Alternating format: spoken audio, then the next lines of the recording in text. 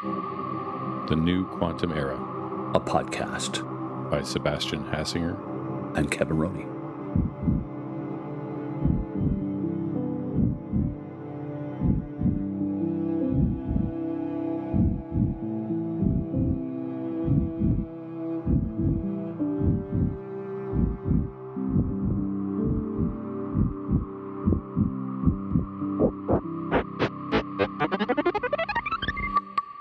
Hey, Kevin, how are you? Hey, Sebastian, how's it going? Very well, thank you. I'm very excited about our conversation on this episode. We talked to Joe Fitzsimons, who's the CEO and founder of Horizon Quantum Computing, which is a quantum software company based in Singapore. He's really struck me as a very intelligent, which is a not unusual in the quantum space, but also really good, well-reasoned sort of thinker. He thinks things through very thoroughly, and he articulates his thoughts in a really clear manner. And we actually reached out to Joe because there was some recent coverage of quantum computing in the mainstream press that generated some sort of, hyperbolic responses on both sides, I think, positive and negative to the coverage. And Joe had a Twitter thread that I think laid out a very well thought through position that balanced the pros and the cons of that type of mainstream article and just the overall perception of quantum computing in a really interesting way.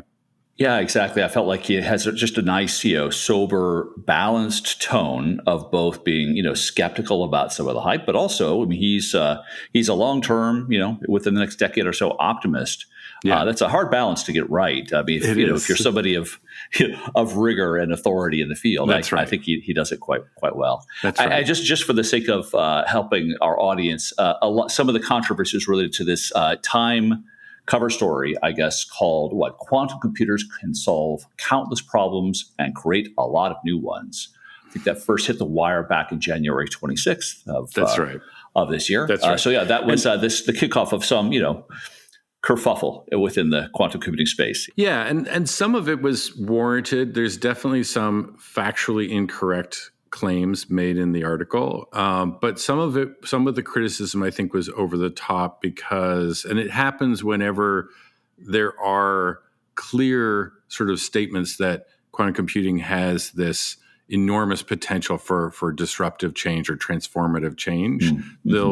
Whenever that type of statement gets made, you will find people sort of throwing stones, I think, and just saying this is purely smoke and mirrors. It's all theoretical. You haven't proven anything. It's never going to work. All the various arguments, and neither of those reactions is fully unwarranted or fully justified. And I think that's the delicate balance that Joe really struck. And we just wanted to talk to him to give him a chance to talk about what his thoughts were behind that Twitter thread in more detail, since no matter how long the Twitter thread is, it's always still a Twitter thread.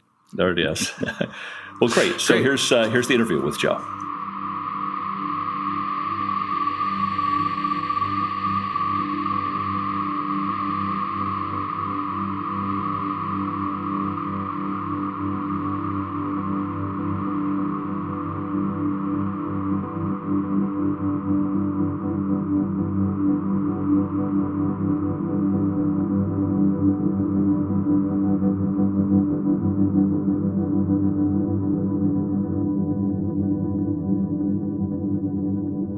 Okay, we're here with Joe Fitzsimons, CEO and founder of Horizon Quantum.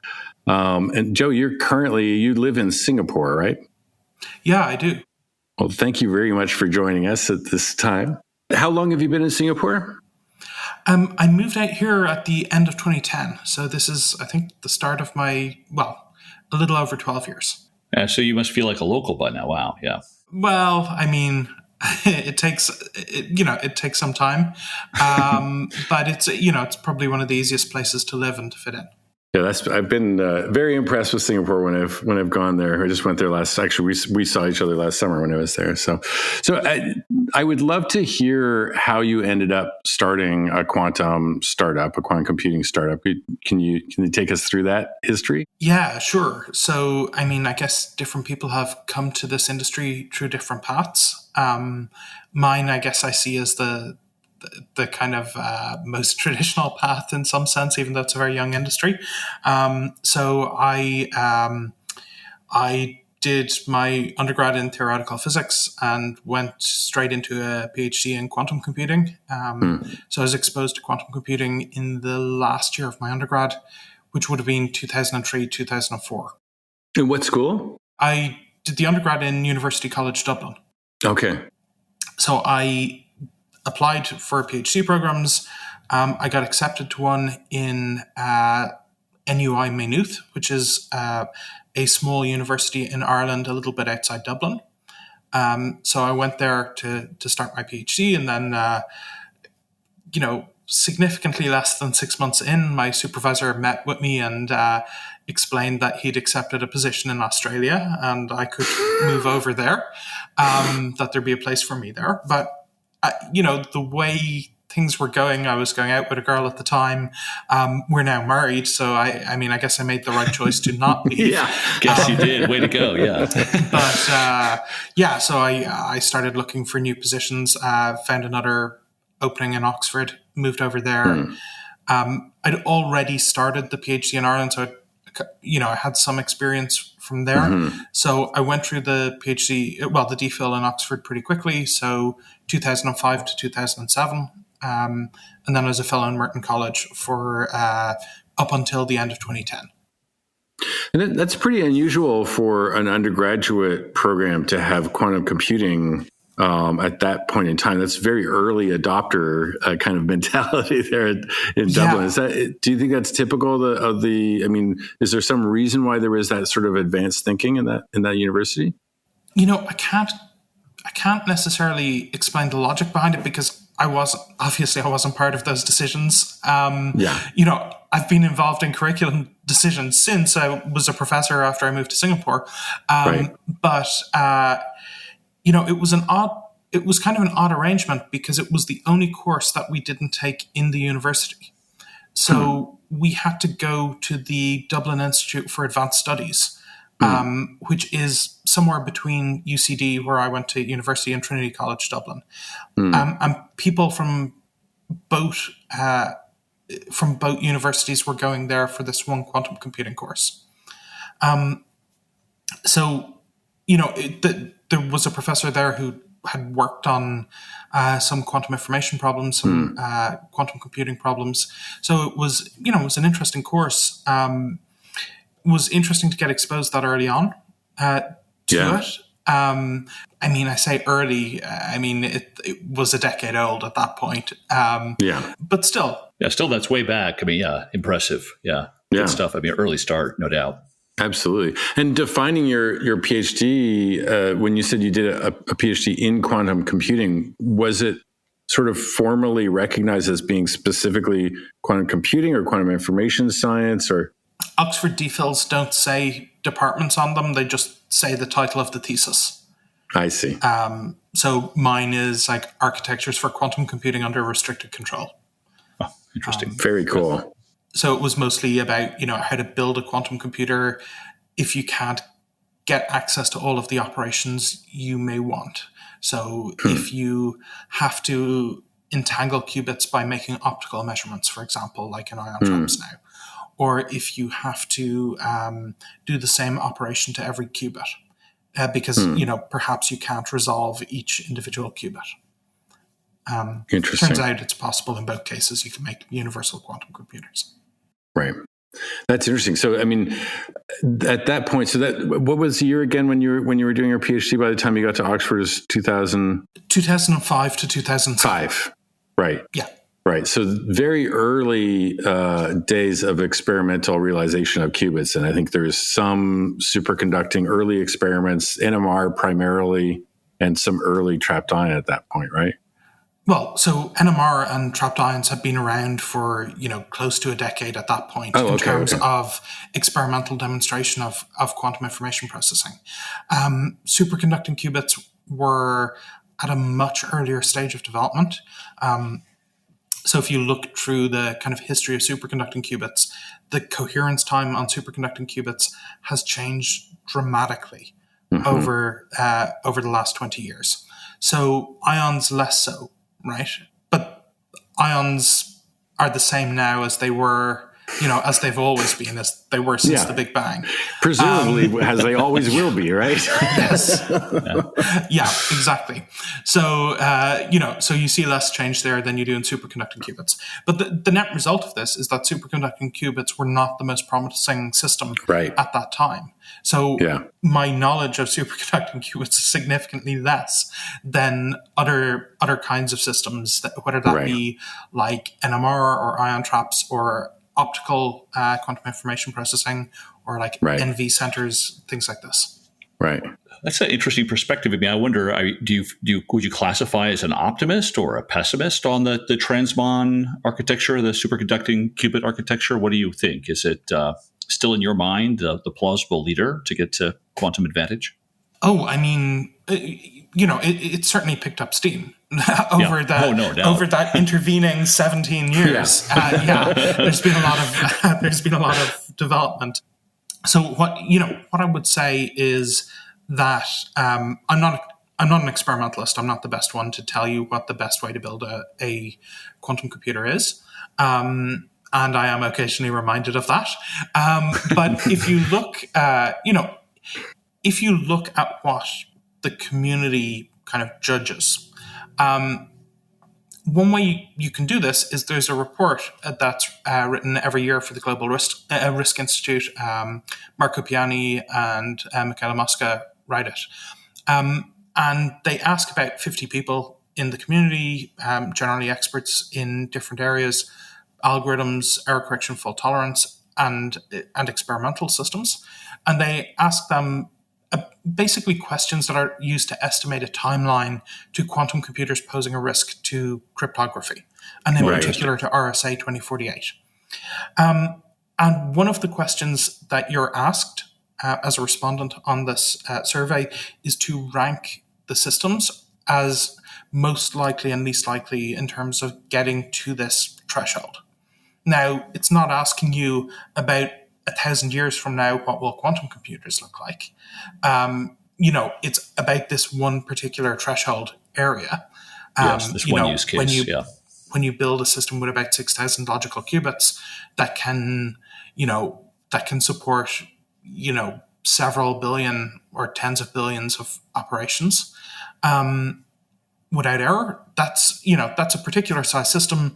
And consistently, the top two systems that come out in that ranking are ion traps and superconducting qubits, with photonics coming third. And then you see spin systems, silicon, quantum dots, and so on coming behind. Useful overview. Thank you. We'll probably just post a link to that, the report to the notes, no doubt. Thank you. Definitely. So then, what was the transition from Oxford to Singapore? You said actually you were a professor, I think, at NUS, right? Was that what brought you to Singapore initially? So what happened was I was coming to the end. I was a fellow in Merton College, which is a really nice gig if you can get it straight out of your PhD. Essentially you don't have a boss. You do your own research, and you may not be paid terribly well, but it's a very nice lifestyle of being able to have your dinner in college and go punting on the river and stuff like that. But yeah, I was coming to the end of that. It's a 3-year appointment, so I was looking for other positions. Arthur Eckert was a professor in the same. He was a fellow in Merton as well. So he had also been one of the examiners on my PhD thesis. So he was my internal examiner. And he suggested that I should apply to Singapore because he was at that point director of the Center for Quantum Technologies, which was kind of getting up and running at the time. It had only been running a few years. And I'd visited once or twice, I think 2008, 2009. So it seemed kind of attractive. My wife is Chinese, so actually culturally it's a good fit as well in terms of location. So, she can get the food she likes and so on. So, yeah. The food is very good in Singapore. Oh, I've heard. I so want to go sometime just for the food. My God. Yeah. Yeah. Yeah. So, I mean, it ended up being a good fit. I moved over, as I said, end of 2010, initially as a senior research fellow in the Center for Quantum Technologies. Okay. Then I moved to Singapore University of Technology and Design. I got a National Research Foundation Fellowship, which is quite a big personal grant that they give you in Singapore early in your career, or I mean that they give some people early in their career. So it's about 3.5 million Sing dollars. So it's quite a lot of money for starting a group. So I built up a fairly large research group at that point. I had already been supervising a postdoc in CQT, but that kind of expanded the group. It grew to about 14 people. Got tenure there in 2018 and then resigned to start Horizon. Or rather, the company existed on paper before that. Since wow, but the still start very of impressive. 2018. I mean, wow, just a great anecdote. Wow. Good ride. Yeah. Yeah, well, we'll see. By the We'll see where it goes startup from here. We'll see. We'll see. Exactly. Well, really, thank you for the overview. These are always fun conversations. Just a little warm up to hear your pathway. I mean, one of the key issues the themes that we've been talking about on this podcast for some time is the balance between how do you get to a clear-sighted conversation about the future of quantum computing, right? It feels like there's a lot of hype that I think it comes from either people that are not well informed about it, or feel like they can apply the history of Moore's law to quantum computing, or also some pessimism, which we think is sometimes warranted and sometimes a little bit too much. How do you find a balance that really sees both the potential and acknowledges the significant problem? So that was one of the bits of your writing that we saw that really drew us to seek you out for an interview. Because that feels like the substance of a lot of what we're trying to delve into in this very podcast. We were hoping we could just do a little back and forth with you on that topic, huh? Sure. So, I mean, I should say sometimes I write these Twitter threads when I've become a little bit frustrated with something that I've something else I've seen on Twitter or something like this. Sure. I don't do it very often, but it was a very gentle rant. If you're saying that was a rant, it was very, very kind. Yeah, that was very diplomatic, we thought. Yeah. Well, there's a couple of things you need, at least from my perspective. And to be honest, I think most people don't think about it clearly. I think that there has been a bifurcation in the community that pulls people towards two extremes, and neither of those extremes is correct. And I guess you can see how it happens, right? That, one thing when you come up through the academic system that is very important to you is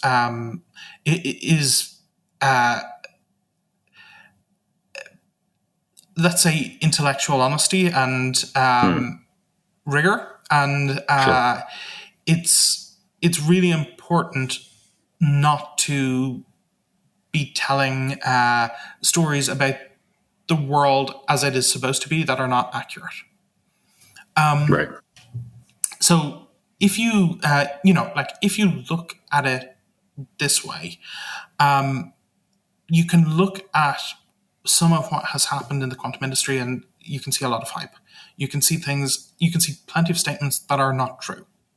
So, unfortunately, in the article that led to that, there are a number of things that are factually incorrect. Right. And Joe, I'm sorry to interrupt, but just for the benefit of our audience, you're directly referring now to that Time cover story, Time magazine, and it would just be helpful for our audience who may have read it or may not have. I mean, a quick, if you could, a concise itemization of the key ideas. It could go on too long. I'm just trying to, again, for the benefit of those who are listening, get a summary in. Sure. So, I mean, what I can say is I thought it was cool to see quantum computing on the cover of Time. A lot of my colleagues disagreed. In terms of the criticism that has gone around of the article, essentially there is several aspects of it. First of all, it gives an incorrect statement about how the world currently is. So it talks about how quantum computing is currently being used to optimize logistics, to make healthcare decisions and things like this. And I really hope no one is using quantum computing to make healthcare decisions. You should not be doing this. Or to further mess up our global supply chain. Right, yeah. I mean, that's the cause. Maybe that's it. That's why we're having all the problems, right? So a thing that is weirdly obfuscated from the point of view of if you're an external observer looking in at quantum computing, it's not clear how useful quantum computing has been to this point. That's right. To different industries and so on. Like there's a lot of claims out there, and what's really important to understand is it has not been. There has yet to be a clear demonstration that quantum computers can solve a meaningful problem more efficient than conventional computers with existing hardware. That milestone has not yet been reached. We know it's possible. We know you can factor large numbers and you can break codes in ways that you cannot do with conventional computers, but we haven't reached that point yet. Right. And there's lots of applications that we believe will be useful. But one of the things that's happening at the moment is as quantum computing becomes more commercial, there are quite a lot of industrial engagements for POC projects where people are applying quantum computing to various different kinds of commercially oriented problems, writing up results, putting out press releases, because I guess for many of the companies, part of the value of doing the POC is the PR value of the output. So this leads to a situation where people believe potentially that quantum computing is being widely used to address all of these problems, but it isn't yet. It's not yet at the point of actually offering an advantage in production. In fact, most of the hardware that's out there, you're not allowed to use for production. It's interesting. You started by framing this as, when you're coming from academia, from scientific research, there's it's considered not good form to represent things as you want them to be rather than as they are. It's interesting to me because I think in part what's happening is this is tech marketing, right? It's a collision of two different mindsets. And tech marketing, fake it till you make it sound sort of sinister, except that you have to bear in mind that the pace of technological innovation is sufficiently fast in classical digital technologies where you can sort of go like, oh, we're going to be able to do X because 6 months from now you will be able to deliver that. And this and those areas, those early movers, those people that made the original bet, I mean, it turned out great, right? Yeah, right. That expectation is going to go that way is pervasive. Yes. Yeah. So I agree. That there's definitely a clash of cultures that contributes to this. What I would say is that, at least for us, in terms of Horizon, we've been, revisiting our values actually we're going through the process at the moment, but one of the core values for us is integrity, both in science and in business. And, you have the potential issue of misleading people about where the science is at, being, seeming to be a violation of what you might think of as a kind of scientific integrity. But you also see it when it comes to companies like Theranos, where that also leads to massive issues in terms of business integrity. And we cannot be said in the same sentence as companies like that. Right. So quantum computing has an issue that it is not yet fully realized. And if you add onto that the misleading statements, then it gets you into a real troublesome area. Yeah. But the other side to this, so you need to be clear about where you stand now. And we should be able to agree on where we stand now. And if we're not able to, there might be a problem. Now, maybe you know something I don't know. Maybe someone knows about progress within a company that is not public, or, within a government lab or something that is not public, and they know something's been achieved that I don't know has been achieved yet. That's completely possible. Absolutely. We probably wouldn't expect it to be a massive leap. Right. Yeah. So they are rare in history. Yeah. So we should have a fairly good estimation of approximately where things stand at the moment. Then there's the question of where are things going? And that's where I think particularly the Clash of Cultures can also go really different directions. An issue here has also been that there's a culture, when you're coming from the academic side, there's certainly pressure to not do something that would be bad for the community.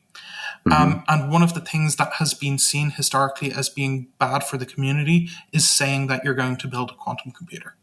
Is that right? Way?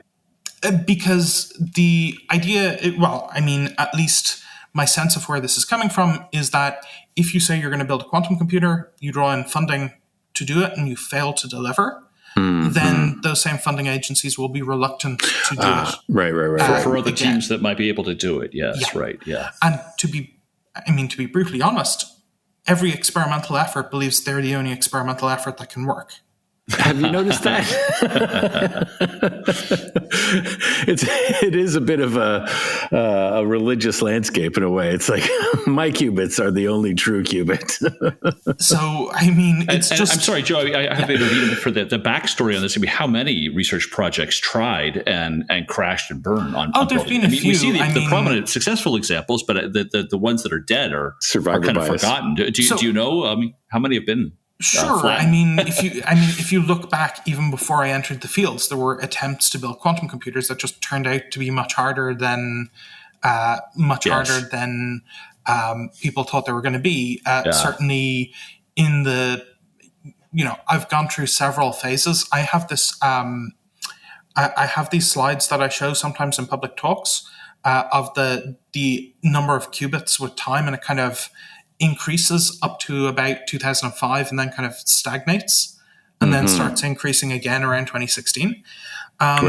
So, there have certainly been situations, and I don't want to get into this too much because, sometimes these are attributed to particular individuals and so on. So I don't want to go down that route. Sure.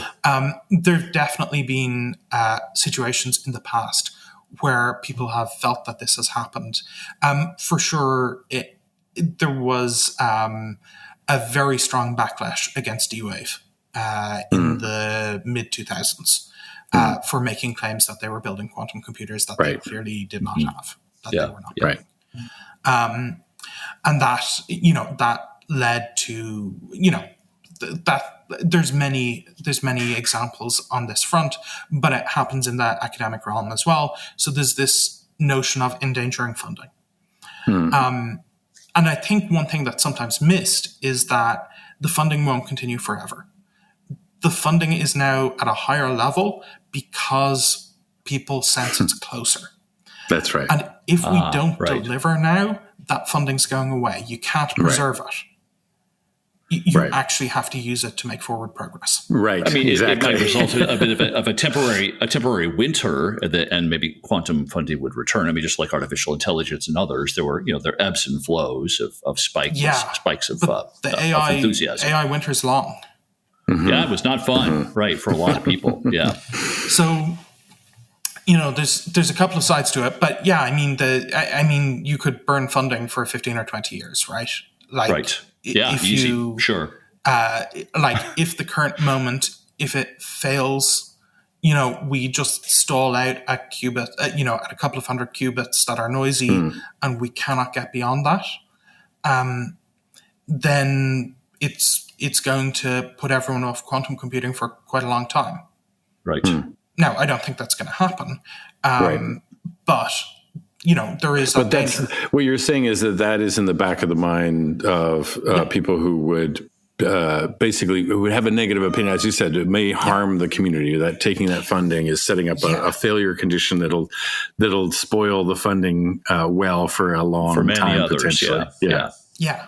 So, I mean, the other part of this article, though, is forward-looking statements about how disruptive quantum computing may be, and various implications of that. But that's where I feel like we really, get into a situation where it's not about being honest about where we currently stand.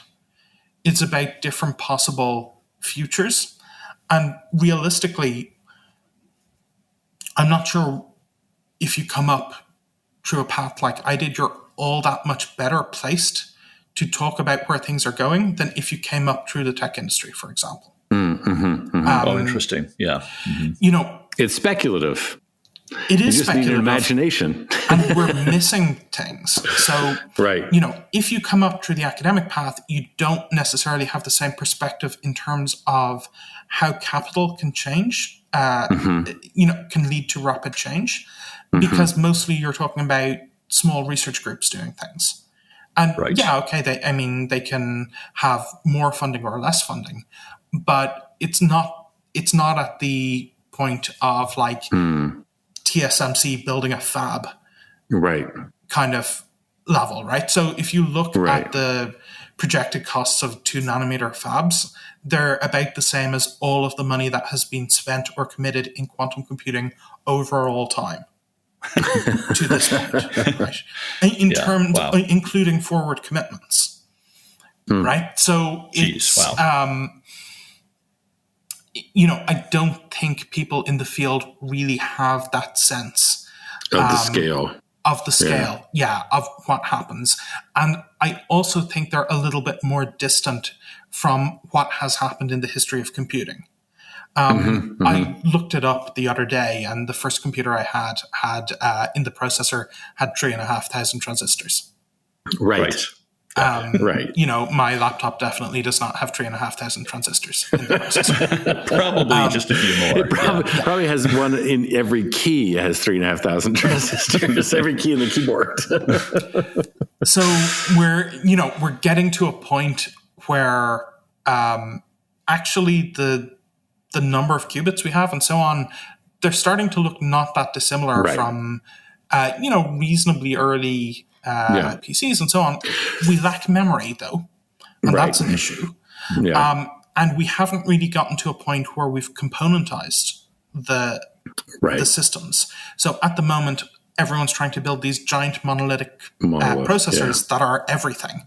They're all of the memory, they're all of the processing, and there is no structure to them necessarily. There's no ALU, there's no FPU. You just have essentially like the equivalent of an FPGA that you're trying to program, and you just sequence some gates at it and run. Away you go. Exactly, like everything is software defined because it's defined in these pulse sequences that are going to the devices.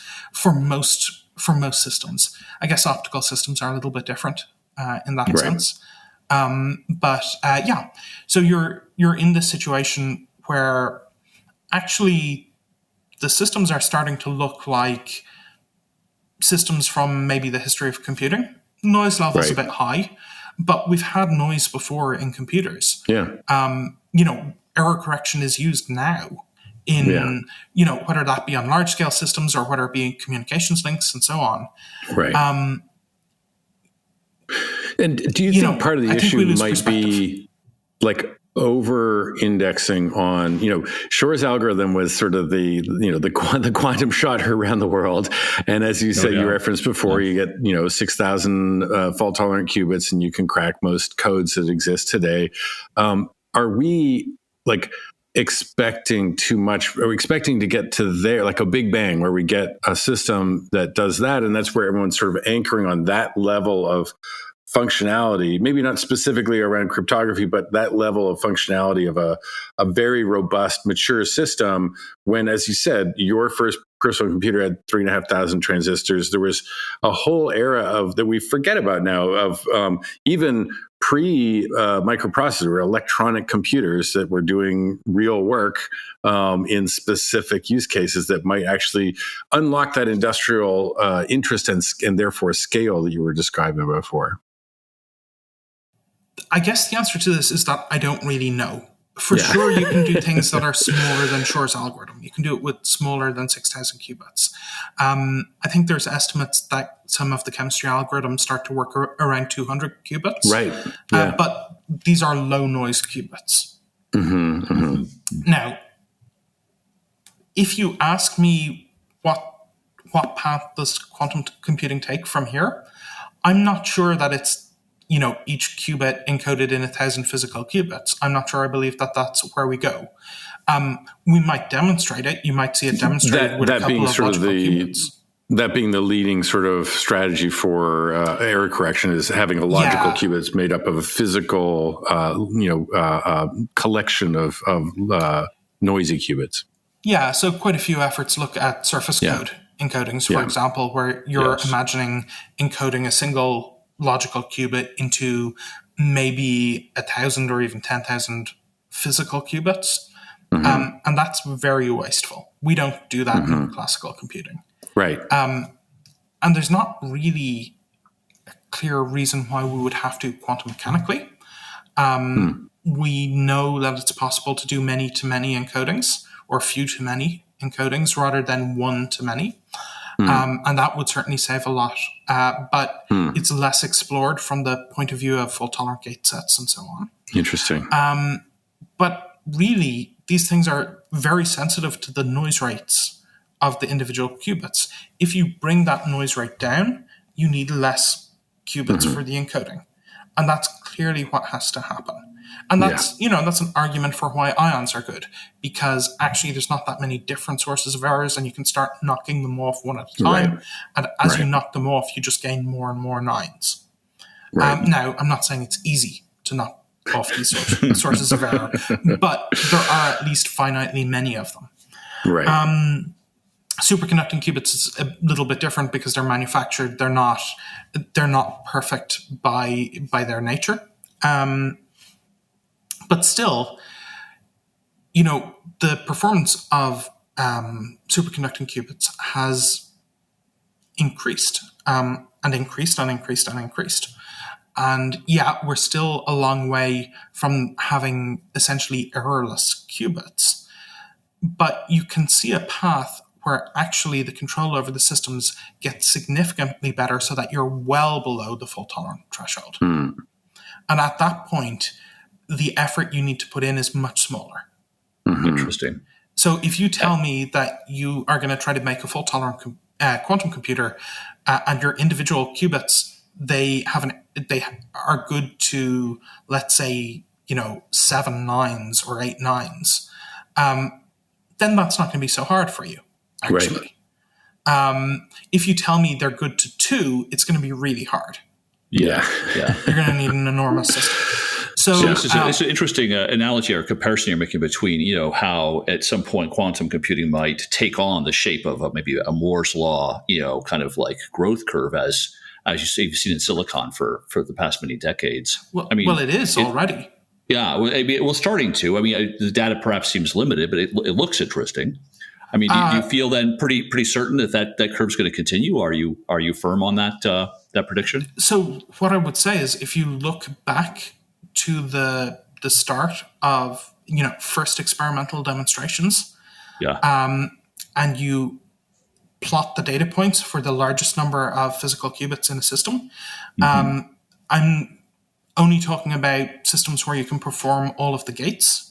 If you plot it on a log-log scale, from 95 or 96, whenever the first one is, up to around 2015, there is a straight line on that semi-log plot. So there's exponential growth. Right. What happens? The problem is the doubling time is every 5 years, compared to Moore's law of about every 2 years to 18 months, right? If you plot it now from kind of 2015, 2016 to the present, there is also a straight line, but now there's a kink at that point. So that the slope of the curve has changed, but it's more or less two straight lines with a slight interpolation between them. And that is going up around, doubling times more like once a year. And that's faster than Moore's law. Wow. Significantly faster than Moore's law. Yeah. So, it means that we could get to large-scale systems significantly quicker than we might otherwise expect. But at the same time, this doesn't really track the error rates, because as you build larger systems, you tend to I was going to say, have a bit of a dip in performance before they come to the same level. Yeah. In the vendors where you've had multiple generations of of a certain chip design, it's really interesting seeing like T1 and T2 rates and gate fidelities with first gen to second gen to third gen. That's when it feels more like engineering than science. It's like, okay, we got the science to build the thing the first time, and now we just have to turn the engineering cranks to get better at fab and get better at, preparing the material and all of the things that we know from, that's where sort of the broader scope of technology can be brought to bear, right? I mean, fabbing is something we've been doing for a long time now with semiconducting. And so there's lots of techniques. Anyway, I agree. And like, this is one of the things that I think can be misleading to people. That you can think, well, if I can't do it in my lab, it can't be done. And I don't think it's necessarily seen, well, what if I throw $27 billion at the problem and build a special facility to do this, which TSMC does, right? Yeah. Like, that's how they get to modern processors. So, I mean, it's definitely a different way of thinking. So, at least from my perspective, I think there's going to be more of a shift in that direction as we get to larger scale systems. But you're right. Like, it's not surprising that the bleeding edge in terms of qubit number, that you see a performance drop. And then as there is time for those to mature, you see the performance increase slowly. Right. So our largest systems will always be our least performant, in terms of fidelities. I'm sure that'll be true for, essentially forever. Right. I mean, I guess another dimension of performance improvement. I mean, I'm not sure if you agree, but I mean, several people have been pointing at the last 12 months have pointed towards really significant advances in quantum error correction. Like some people even think it's been one of the most notable past 12 months in quantum error correction in a very long time. I mean, that this perhaps could set up, a further acceleration, a further arcing up of that curve. What do you think? Yeah. So, I mean, I guess what I would say is that there's a huge amount of work to be done on quantum fault tolerance. We've started to see a lot of physical demonstrations. Lots of efforts are getting to the point where they're able to demonstrate fault tolerant gate sets, where you're starting to see suppression of noise and so on.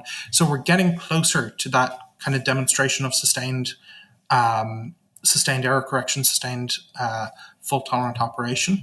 We're not there crossing yet. that threshold, as mentioned in the threshold theorem. Yeah. So, I mean, you don't want to do it just a single shot. You want to be able to repeat it and suppress it further and further and do your operations in that setting. And there can be, not all systems are capable of this, because many systems don't allow mid-circuit measurements, or what is necessary to make a mid-circuit measurement is highly disruptive to the rest of the system, so you end up introducing extra errors. But the reality is we're clearly getting closer to that. We're getting closer and closer.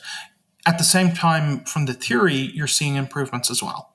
So you're seeing that, I mean, there's, even really quite simple things. For example, if you take a surface code and you pick your stabilizers slightly differently, So it's still the same surface code. It's just the local basis is rotated. You can take advantage of bias and noise. So frequently, the noise affecting qubits affects them more in one axis than another. And this one simple change can lead to you being able to exploit bias to get much better performance. Wow. So yeah, there's quite a lot happening. For a long time, the focus had been on proving that fault tolerance was even possible, and under what assumptions it was possible. And it's only, it's quite recent that the focus has been on concrete numbers, on like how many physical qubits do I need to do X, and so on. And I think as we have moved towards that, we've seen more changes, changes in our understanding of fault tolerance as the goals have shifted. They've kind of pointed us in new directions, and we've started to see we've started to see progress for sure. It's really interesting. Sorry, go ahead, Sebastian. Oh, I was going to say, do you think part of that, the skepticism from the quantum community, you already called out the sort of perception of risk to the community by taking money and then failing, and then do you think that, and then you described, not understanding what industrial scale investment can do to get you over the threshold. Actually, if you get, some limited success that's attractive enough to capital will mobilize and make it into a large success. But then what you just described there about the landscape of fault tolerance, do you think there's an effect of almost siloing of people seeing, let's say gate fidelities and not tracking the evolution of thinking around surface code, or only looking at surface code and not understanding the gate fidelities? That's simplistic example. No. I don't think there's any problem in how people think about this. I think we've just had different goals over time. Actually, if we want to get to a fault tolerant quantum computer, like to an essentially noiseless quantum computer, there is in principle a path. The problem is, problems that have occurred over time for, why we are not further ahead on this problem, for example, is that, one example is just noise models, right? So, you maybe prove fault tolerance is possible within some set of assumptions, but that set of assumptions does not mirror how real devices work. And we didn't necessarily know that wouldn't be an accurate description of the real devices, or wouldn't be a reasonable idealization. And we see it now more. So in general, we know that correlated noise is bad, or non-Markovian noise is bad because we haven't proved the theorems in that regime. But actually, non-Markovian noise you can often deal with by kind of spin echo techniques and so on. It's a memory effect for the most part. And you can often use that memory effect to cancel out the noise that has happened.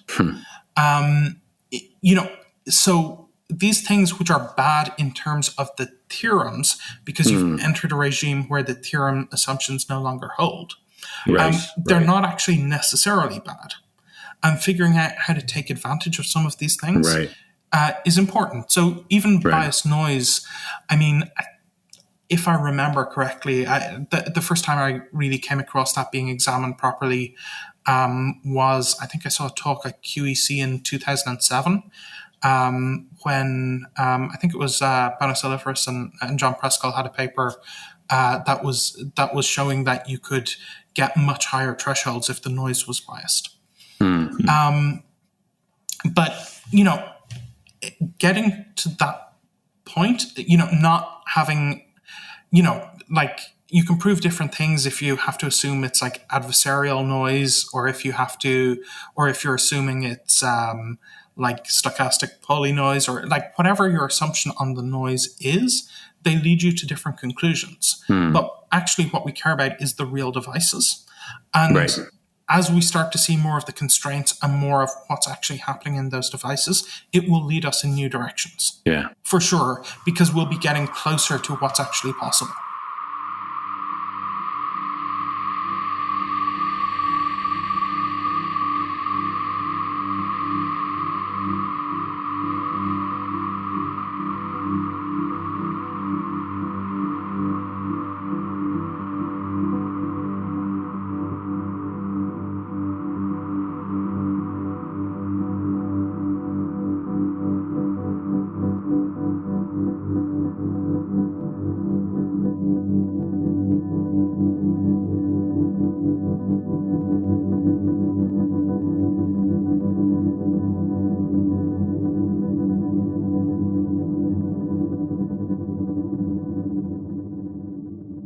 Well, we were having such a great time talking with Joe, and he's got a ton more to say, and we decided to split this episode into 2 parts. So it was really terrific for me to hear him sort of expand on that Twitter thread, explaining his reasons for being really optimistic about where the industry and the technology is today and where it's going.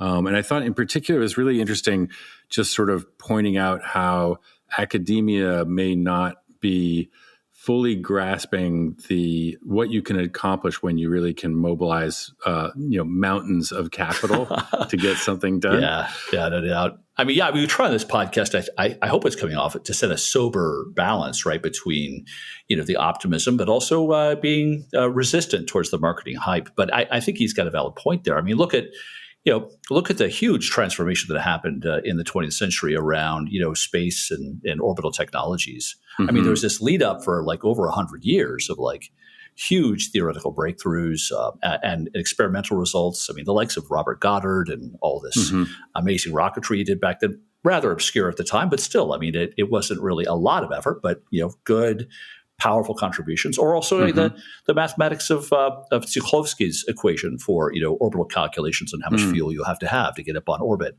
I mean, really great stuff. But it was just early phases of research, and then nation-state competition and huge amounts of nation-grade resources came pouring in, and armies of people started to work on this, and it was a complete phase change, right?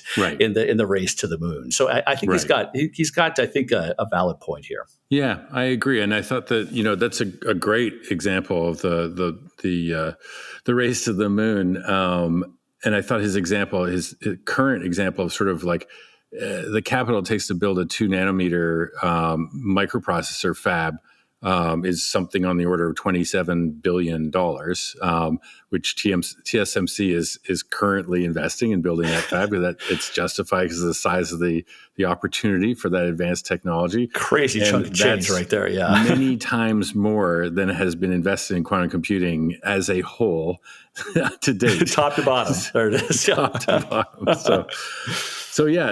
So join us if you enjoyed this part. Join us for the second part. We'll be releasing it in 2 weeks, and Joe's going to start digging into the technology that he and his team are building at Horizon, which was also extremely interesting and really had cool. Some really, I had found it really eye-opening in terms of the potential quantum advantage being much broader than most people tend to view it in the current context. So tune in for that. A real optimist he is. It's really good. Absolutely. Okay, that's it for this episode of The New Quantum Era, a podcast by Sebastian Hassinger and Kevin Roney. Our cool theme music was composed and played by Omar Costa Hamido. Production work is done by our wonderful team over at Podfi. If you are at all like us and enjoy this rich, deep, and interesting topic, please subscribe to our podcast on whichever platform you may stream from. And even consider, if you like what you've heard today, reviewing us on iTunes and or mentioning us on your preferred social media platforms. We're just trying to get the word out on this fascinating topic and would really appreciate your help spreading the word and building community. Thank you so much for your time.